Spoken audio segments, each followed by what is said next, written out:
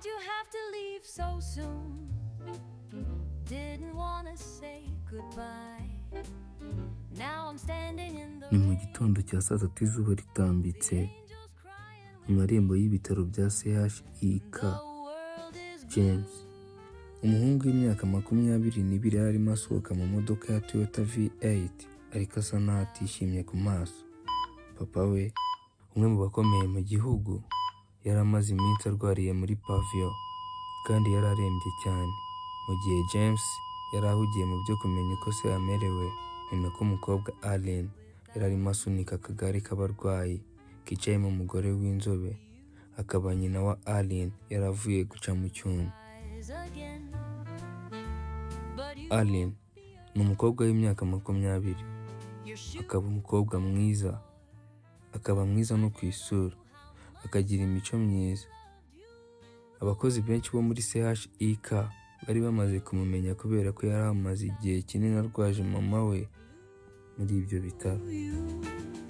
Ubwo James yihutaga ajya kureba muganga, yahuye na Alyn mu nzira wari busy mu gusunika akagare yari atwayemo umubyeyi we. Nta jambo na rimwe bavuganye we na James uretse guhuza amaso, gusa indoro barebanye yo yonyine yari ifite ikigiye gukora ku musore n'inkumi bahuje bwa mbere. Buri umwe agahita yibona mu wundi ako kanya. James yateye intambwe ebyiri gusa yahise ahagarara. Yarabonye umukobwa mwiza ngo ahindukire arebe inyuma, abona n'umukobwa nawe ari kumureba. James yaramwenyuyemo ntiyazuyaza ati, mwaramutse neza. Alyn aramwikiriza mu ijwi rito rituje ati, mwaramutse. Indoro ya Alyn yonyine ubwayo yari yamaze gukura James mu bye. Gusa Alyn nubwo yasaga n'urimo kwihuta kuko yagombaga kubanza kujyana nyina muri sale yarwariyemo kugira ngo abanze aruhuke, nyamara nawe yasaga n'uwakunze James. Hanyuma abonye James ntacyo avuga, amusaba ko yakomeza, byaba ngombwa bakaza gusubira nyuma.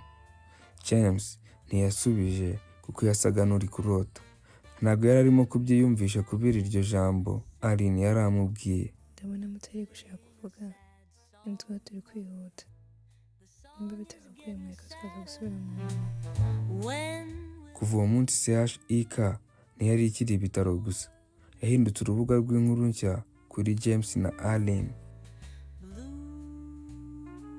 Mu kanya gato Alyn yagarutse aciye ku ruhande rw'aho James yari amusize. Ahageze ku bw'amahirwe make aramubura. Yasanze James yigendeye.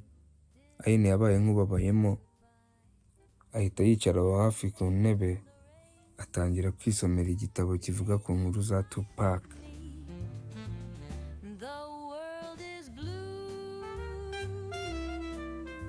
Bukeye bwaho James yahisemo kugaruka aho yahuriye n'uwo mukobwa. Ahageze nawe aramubura. Yicara ku ntebe yari iri aho hafi. Alyn yakundaga kwicara aho ari gusoma igitabo. Yasanze yicaye hanze y'icyumba nyina yarwariyemo afite agatabo mu ntoki. James aramwegera gahoro gahoro amwenyura. Sinakumenya mu mazina, ariko umutuzo wawe wambwiye byinshi kurusha amagambo. Kuva twahura hari ikintu cyahise gitangira kujya mbere mu buzima bwanjye. Mwaramutse ariko. Alyn yaramwenyuye atungurwa n'uburyo uwo musore akomeza kumusanga. Ndabashimiye cyane. Izina ryanjye banyita Alyn. Nta byishimo byinshi mfite, ariko gerageza kugira umutima ukomeye kubera mama. James yaramwenyuye. Izina ryanjye nitwa James. Papa wanjye nawe arwariye muri pavio. James ahita afata Alyn mu kiganza, atera agatambwe, baricarana batangira kuganira. Nibwo hatangiye urugendo rushya rw'ubucuti rwari kuzarenga imipaka y'ubuzima busanzwe.